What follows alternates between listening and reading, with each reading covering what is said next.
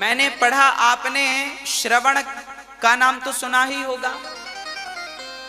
श्रवण का नाम तो जानते हैं ना। आप श्रवण को तो जानते हैं, पर आप शायद श्रवण के माता पिता को नहीं जानते।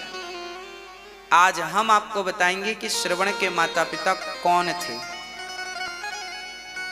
श्रवण के माता पिता अयोध्यावासी थे। श्रवण के जो पिता थे ये एक साहूकार थे, सेठ। ब्याज से पैसे देते थे। किराने की दुकान थी। इनके घर पर एक महिला झाड़ू पोंछा करने आती थी। झाड़ू पोंछा बर्तन। घटना अयोध्या की है।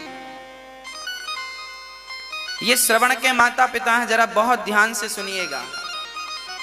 एक सेठ जी थे। सेठ जी के यहाँ एक स्त्री आती थी झाड़ू पोंछा करने। तो सेठ जी उस स्त्री को देखते रहते थे और वो स्त्री भी सेठ को देखती थी। दोनों एक दूसरे को देखे और दोनों में प्यार व्यार हो गया। और दोनों जन रहने लगे साथ में। तो जो उस काम वाली बाई का जो पति था उसे पता चला कि मेरी पत्नी फलाने सेठ के साथ रहने लग गई है, उसके संग ज्यादा समय व्यतीत करने लगी है और मेरी पत्नी अब संबंध भी उससे बनाती है। तो ये व्यक्ति अयोध्या के राजा के पास गए। उस समय अयोध्या के राजा दशरथ जी के पिता हुआ करते थे। आज है ना, उनके पास ये बात पहुंची। उनके पास जब बात पहुंची तो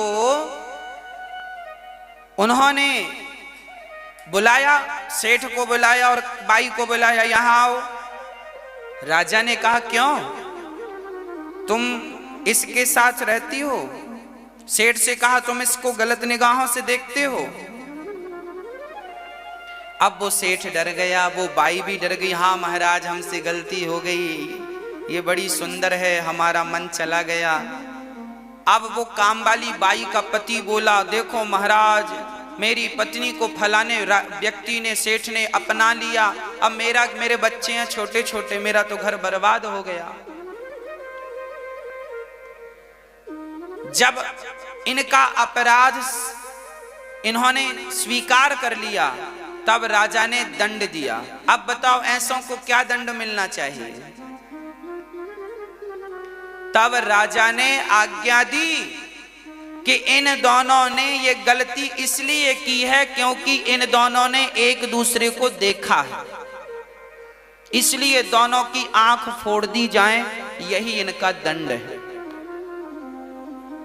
तो राजा ने उस बाई की और उस सेठ की आंख फोड़वा दी। ये तो न्याय हो गया। क्या हो गया? ये न्याय। और उसके काम वाली के पति ने कहा अब मैं इस महिला को, इस स्त्री को पत्नी के रूप में स्वीकार नहीं करूंगा। वो तो चला गया। अब राजा ने विचार किया कि यदि ये दोनों हमारे राज्य में रहेंगे तो इनको देखकर कल किसी और की निगाहें ना बिगड़ जाए। इसलिए राजा ने उन दोनों अंधा अंधी को अपने राज्य से निकालकर बहुत दूर भिजवा दिया, जंगल में। जाओ, दोबारा राज्य की सीमा में दिखाई मत पड़ना, नहीं तो मृत्यु दंड देंगे। तुम जैसों का दर्शन कोई करेगा तो कहीं उसकी बुद्धि भ्रष्ट ना हो जाए। देखिए न्याय क्या था। कहीं एक आदमी के कारण पूरा समाज ना बिगड़ जाए, इसलिए दंड क्या था पहले के जमाने में, क्या न्याय था। राजा ने वहां से विदा कर दिया।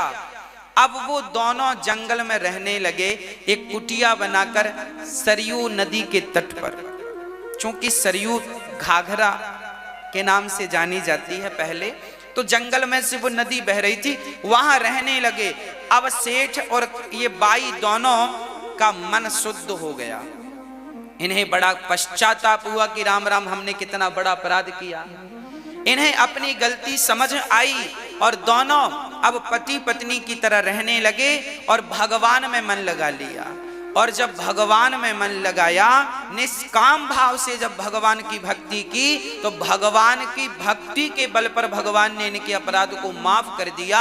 और इनके द्वारा, वो सेठ के द्वारा, वो बाई गर्भवती हो गई और उसके गर्भ से एक बालक पैदा हुआ, जिसको आप और हम श्रवण कहते हैं।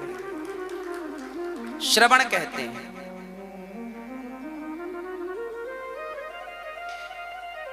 फिर श्रवण अपने माता पिता की सेवा करने लगे। श्रवण का विवाह हुआ तो श्रवण की पत्नी अपने अंधा अंधी को महेरी खवाया करती थी। महेरी जानते हैं? छाछ जानते हैं? छाछ, मही, मट्ठा, छाछ।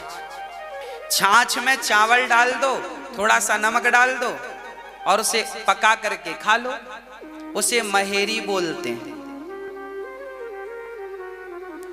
तो जो श्रवण की पत्नी थी, वो अपने अंधा अंधी को छाछ में चावल पका करके खवाती थी और अपने पति को दूध में चावल पकाकर, मतलब खीर खवाती थी। अच्छा, दोनों दिखने में एक से दिखते थे।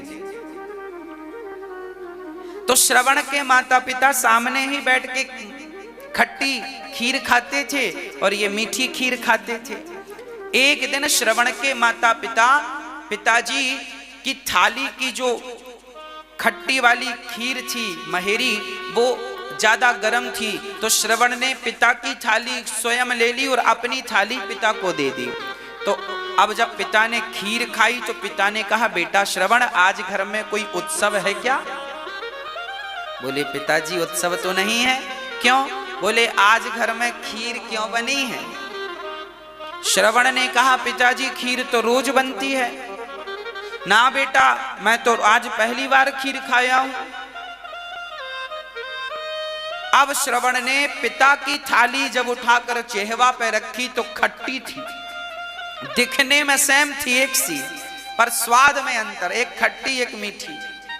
तब श्रवण अपनी पत्नी के पास गया तो उसने एक ऐसा घड़ा, ऐसा बर्तन बनवाया था कि जिसका मुंह तो एक था पर पेट दो थे।